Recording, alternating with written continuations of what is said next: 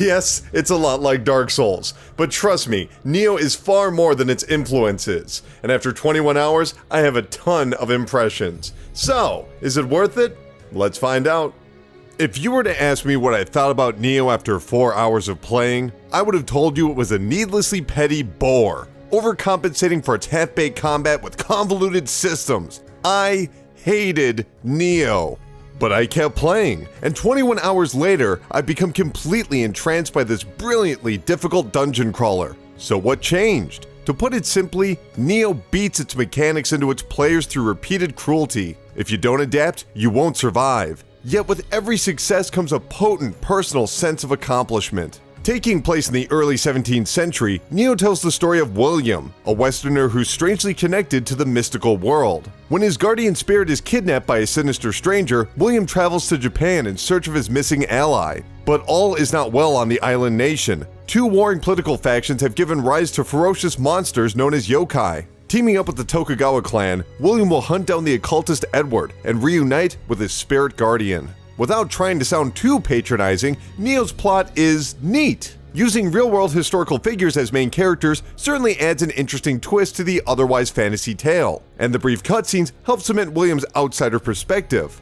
But for the most part, these story beats are a garnish, a non-essential though welcome context to the game's various missions. And it's the gameplay that's the real draw of Nioh. This challenging RPG takes heavy cues from the budding Souls genre. Players must navigate dangerous caves and haunted countrysides, taking out threatening foes before facing off against a final boss. And while that might seem simple enough, this cycle is layered with a plethora of offensive strategies, inventory management, and plenty of player deaths. Yes, Nioh is difficult. At one point, I spent nearly 2 hours attempting to complete the first stage. This stems from two seemingly conflicting requirements. Patience is a handy attribute, as the various assorted human and yokai enemies perform a series of lethal assaults, encouraging memorization of each pattern. But this is coupled by the blistering fast-paced combat, combining light and heavy attacks, quick withdrawals, and blocks. This creates an ever-present tension, as players will need to carefully balance observation and immediate action. But be forewarned, adapting to this unique style can be aggravating at first, as failure will occur again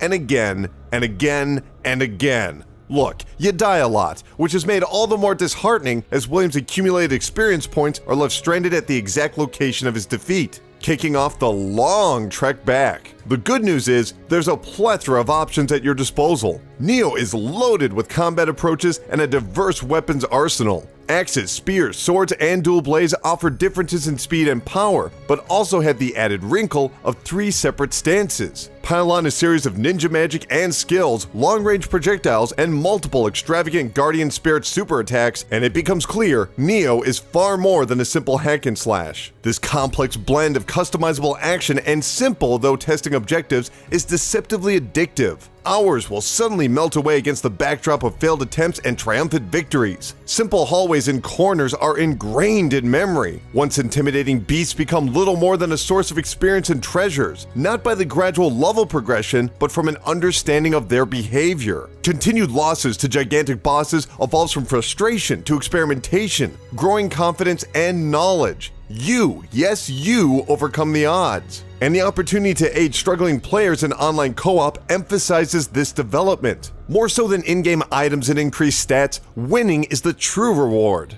One of Nioh's more curious approaches comes in graphical options, which are unfortunately not very well explained. This video was nearly entirely recorded in what's known as Action Mode, where the PlayStation 4 sacrifices visuals for a mostly steady 60 frames per second. The alternative Movie Mode cuts performance down to 30 frames, but the game's pattern recognition is underserved here. Action Mode might leave environments looking empty, but it is the definitive way to play. So, is it worth it? Yes.